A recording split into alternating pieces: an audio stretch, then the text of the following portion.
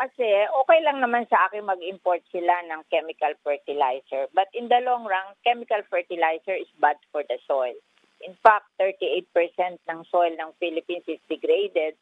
And I have asked the United Nations Food and Agricultural Organization how to solve the degradation of the soil. And they said, you compost all your waste and bring them back to the soil. So ako po, since 2002, nagpo-promote ako ng composting sa aming bayan sa Las Piñas. We have 89 composters. Each composter can produce 1 ton of organic fertilizer. So we produce 89 tons of organic fertilizer a month, which we give away to farmers and urban gardeners. So gusto ko gawin din yon, and I have done that for 20 years and very successful.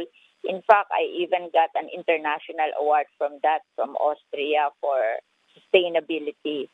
And so, for the last 3 years, binibigyan ko po ng malaking budget ang Bureau of Soil and Water Management para mamigay sila ng composting machine in every town in the Philippines para mag-produce na lang sila ng sarili nilang fertilizer para in the long run, we produce our own and organic pa, which is good for the soil at mabawasan yung importation.